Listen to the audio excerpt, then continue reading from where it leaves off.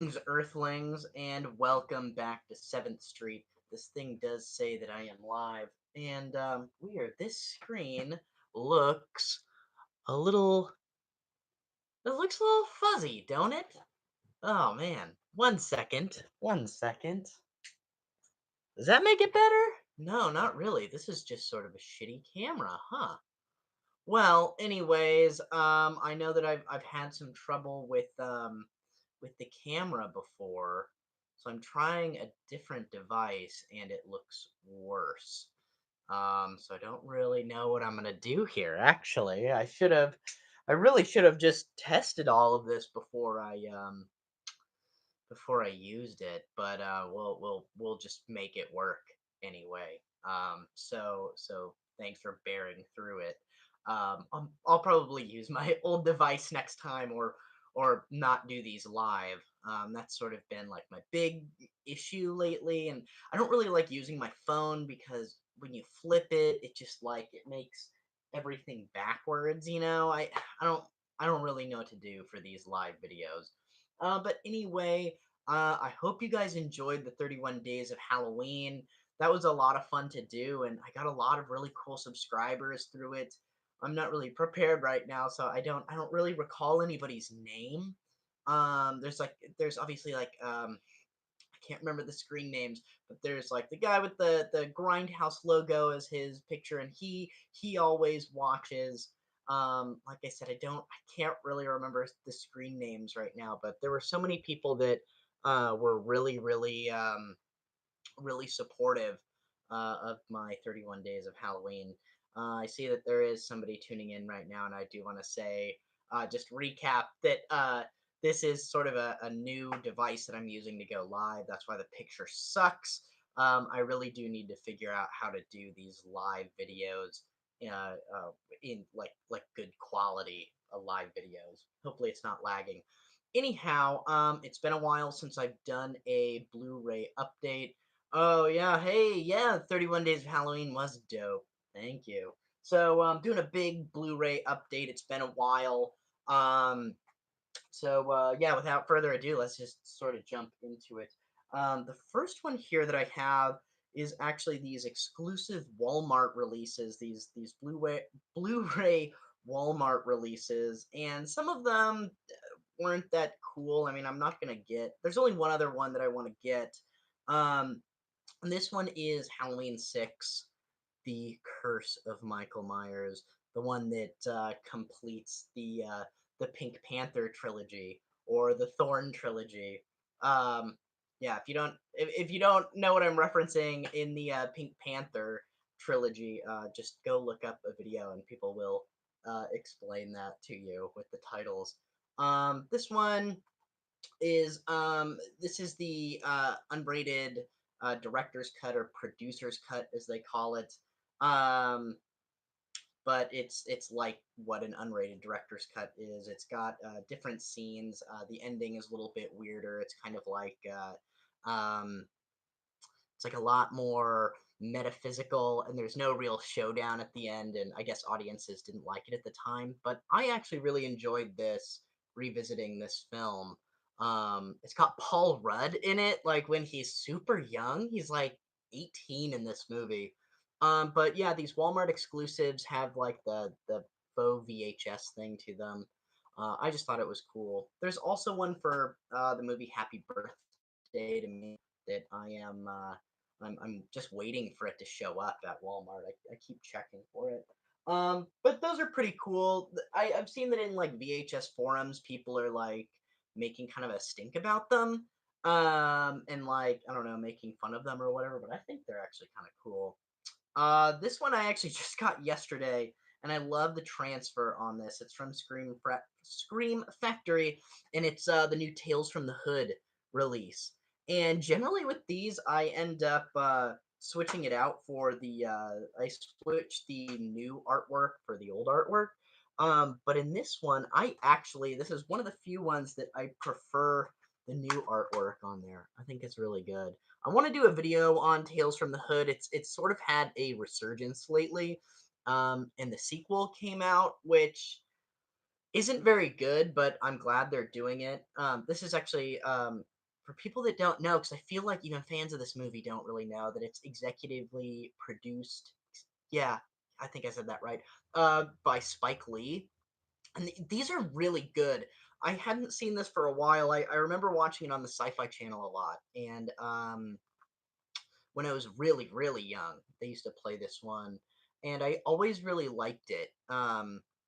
And it had been a while since I had seen it, and kind of took me down memory lane. I forgot how good these are, and it's funny. I only remember the first three stories from when I was a kid, but it's probably because I would like fall asleep or something.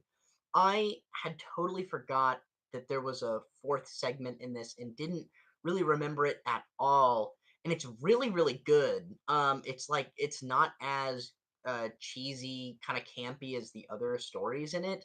Um, it's it's the one about the like gangbanger who gets shot, but then he ends up going to prison, and he's part of like this new reform program where they do all this weird sensory deprivation kind of shit to him. But there's a scene with the actor Rick Dean from the Carnosaur sequels, and I always thought that he was really really good, and he's not a very big actor, and he plays a very small part, but he's like this white supremacist in the cell next to him, and he has this great monologue.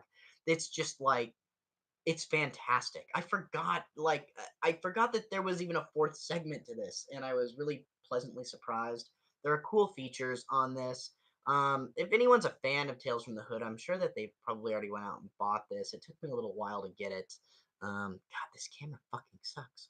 Um, I don't know if you can tell. It's got like a really long making of documentary on here. It's also got commentary, which I actually haven't listened to. I just got this yesterday. I need to go back and revisit this. Oh yeah, yeah, yeah. Gosh, it has been a while since I've done one of these videos. From Synapse Films, which I think is a pretty underrated releasing company that's been doing these really cool transfers. I don't even know if they're still in business actually. And I this was another one I put off for so long, and it's Mosquito. It's another movie that I used to watch a lot on the Sci-Fi Channel. It's got Gunnar Hansen in it, and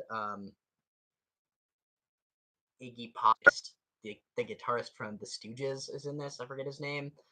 This one also has a really long featurette documentary that's like about the making of the film, and it kind of goes through like the conception of the film, and it's really informative.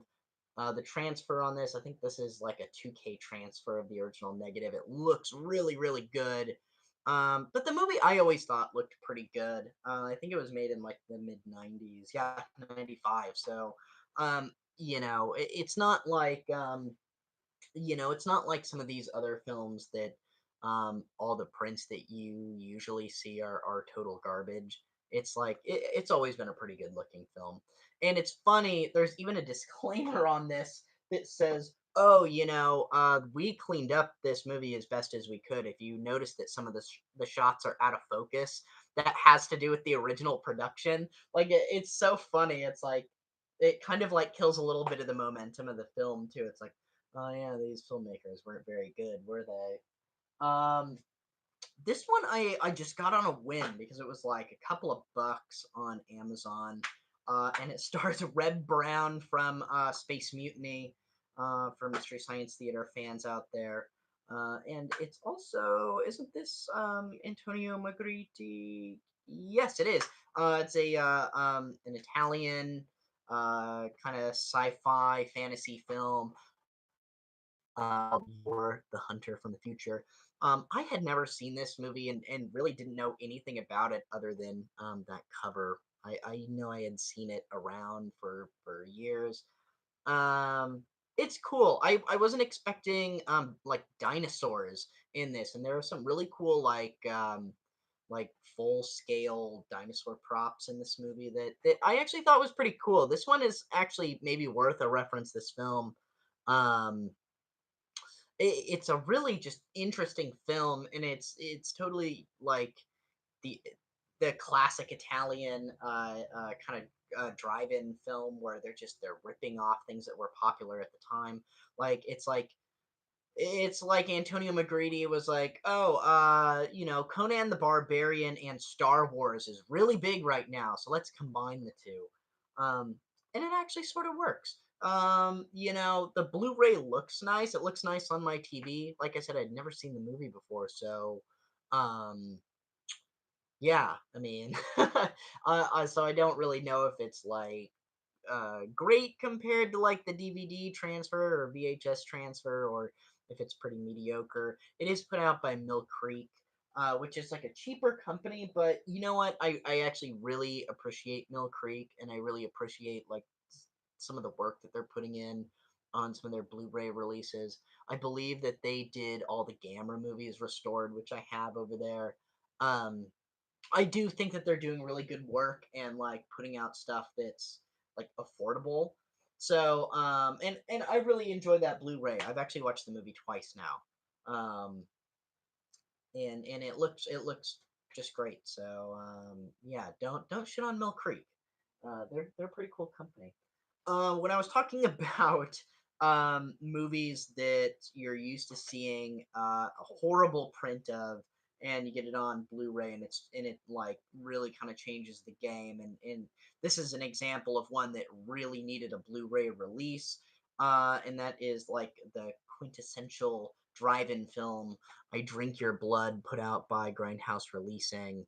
Um, this like it's got this like embossed logo on it. It's you know just really really cool. This has like everything you could possibly want in a Blu-ray release. Grindhouse really rolls out the red carpet. I believe this is um, well, it doesn't say, but the Blu-ray looks great. It also comes with "I Eat Your Skin," the weird voodoo movie from like the early '60s, late '50s, that like never got any distribution, and the makers of "I Drink Your Blood" just found this movie that doesn't really belong on a double bill with this, but they found it, and they retitled it and released it. So both of these movies are for the first time on Blu-ray and look really really nice. Obviously, you can get like dollar bin versions of "I Eat Your Skin," which I think is really just like, I mean, it's like a jungle adventure film. It's not even really much of a horror film. And then of course with "I Drink Your Blood," there's always been like really really shitty releases. I have, if I can find it.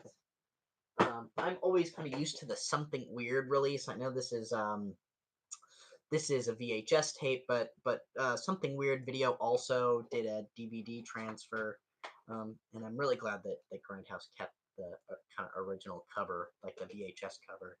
Um, but there's never really been a real clean version of this, at least that I've seen. Even the DVD, which I can't remember who put it out. Maybe it was just Something Weird that did this, but it's always looked really garbagey and really grimy. And this is such a good grindhouse movie about these hippies that roll into town and take a bunch of acid, and then this little kid injects these meat pies with the blood of a dog that had rabies, and these like hippies take a bunch of acid and eat rabies meat pies, and they turn into like these kind of zombies that go on this rampage throughout the town. And it looks so good. It's so cool that Grindhouse Releasing does this, and really puts a lot of care into their releases. I wish they would do it for more movies. They kind of just do one every couple of years, and this one's been out for a while, and I finally got around to it, and I'm so glad that I did. Um, yeah, I just love that case. It's really cool looking. Once again, guys, sorry for the shitty camera quality. I'm trying out a couple of new things. The last one here that I got today, I haven't popped it in yet. I just got this today. Is the Arrow Video Last House on the Left special edition. This really cool like hard case that comes with the soundtrack on CD, which is in my car right now. And then, like I said, I always do the reversible. I always do the classic cover as opposed to like the newly commissioned artwork. I almost always put the classic cover on there. I just the original like movie poster or whatever. I just always think that it looks a little bit. I like it. I don't know. I fear change. Anyone would tell you that I fear change. It also comes with, and I love that Arrow has been doing this. They did this with my Killer Clowns from Outer Space release. They also include a poster, which is really cool. Sorry, I just burped there. And then, of course, on the other side, it has like the newly commissioned one. But this one's awesome. I really like that it's the classic one, of course, but I also like that it's white in case, hint that maybe Crypticon Seattle gets someone. I think did David Hess just die? Feel like maybe David Hess just died. But there are other Jeremy Rain is probably around, She was pretty young when this came out. So, maybe they'll get some people for like some conventions or something. And now I've got like this original poster that's all white. So I don't even know if I'm gonna hang this up yet. I'm just gonna kind of leave it um hanging out with my Killer Clowns one up here. I'm sort of planning on moving soon. I need a bigger movie room. I've got like other shelves against the wall, like behind the camera. It's not just what you see behind me. I'm like running out of room in here. This is also like my studio. I've got a green screen up everywhere. But the release also includes lobby cards in there, which I forgot to pull out. But it also has this really cool book that's got pictures from the movie, like stills, like I don't know if they're just behind the scenes photos. Well, no, I guess I haven't had a chance to really look through this. I just got home. There's also like original posters and stuff like that. Arrow is really like I'm a big fan of like obviously Synapse, and I think that Severin is one of my favorite companies right now. Vinegar Syndrome is great with their Blu-rays. Screamfactory, obviously. But man, Arrow has kind of just been owning the game lately, and it's hard to deny. I'm a big fan of the underdog, and I know someone who actually works for Severin, and I love them. I think that they do great stuff and great work, and really roll out the red carpet for some of their releases. But man, Arrow always counters with some cool shit. And this Last House on the Left Blu-ray, this like special edition Blu-ray, it has commentaries with Wes Craven. It's got the one from the DVD release with some of the cast members. I think it's got all the features that were on that DVD, plus the features, plus some new features. It's got like the R-rated cut of this film, the Krugen Company cut, that some theaters would only show that cut. Not too interested in seeing that. I mean, I mean, it's cool to have, obviously, but of course, you want the unrated version of this film. It's one of my favorite films ever. But yeah, super stoked to get this because I've had the collector's DVD, which is just fine, but it's one of those movies that it's worth to upgrade. And now I can just kind of go and sell the DVD at like buybacks. I'll take it, and I have some other stuff that I just need to like give away basically, and they'll give you a couple of bucks for it. So um, that's always cool. But that's about it. That's what I got through October. And just never did a video because I was uploading the 31 days of Halloween. which once again, I hope everybody enjoyed that. I really enjoyed making them. I was actually, I can't say very much, but I was actually just on set recently. I was doing an acting gig for a horror film, and I got to work with Amanda Weiss from Nightmare on Elm Street, Tina from Nightmare on Elm Street. So yeah, it's been pretty exciting lately. I hope everybody's checked out Kathy's Closet, which just released. Word of mouth always, is like the best way to get stuff out there. So, if you did enjoy the film, let people know, share it on Facebook. We're sort of working on some stuff with Jesus I Was Evil. We're thinking that we're going to be able to do a premiere.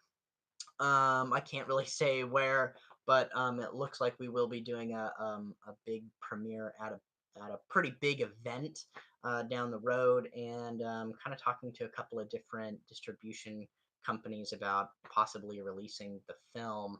And some of those are companies that I really really like and collect their films. Stuff like Wild Eye and Brain Damage and stuff like that. And if you haven't seen any of those films, from those companies, definitely go and check out Wild Eye Releasing's website. Definitely buy some of their stuff. Maybe even drop them a message and tell them that I sent you. Same thing with Brain Damage Films and SRS Santa Rosa Cinema, I think, but cinema spelled with an S. Go there, buy their shit. It's good for indie filmmakers. Even if they end up hating my film, I think that it's important to support independent filmmakers. I know I'm going on a bit of a rant right now, but after being on set and getting back into the swing of things and releasing our short film, feeling pretty pumped up about what's next in that facet of my life. But hopefully, we're gonna get moving back here with YouTube again. I know that it doesn't seem like we've slowed down at all because we had a video every day, but of course, we did those videos way in advance. So I feel like I haven't done anything for YouTube lately. Um, so yeah, more references, film episodes. Got a couple of ideas for some different things, some top fives. Comment below. Let me know what you guys would like to see. Would you like to see more top fives or reference this film or, more DVD updates? I mean, you guys just let me know what you guys like to see. And like I said, for the millionth time, I don't think I will use this laptop webcam anymore because I can already tell that the picture quality in this sucks. Maybe I'll have to bite the bullet and just use my phone or whatever, or do it on like one of my Canon cameras and just upload it. But I do like doing these live. It kind of is like nice practice for me, um, kind of it's almost like doing theater again. So yeah, I think that's it. Visit us on Facebook. Check out the Facebook page for Jesus I Was Evil. Watch the trailer. Go check out Kathy's Closet. Um, support indie horror, guys. Support indie horror. Until next time.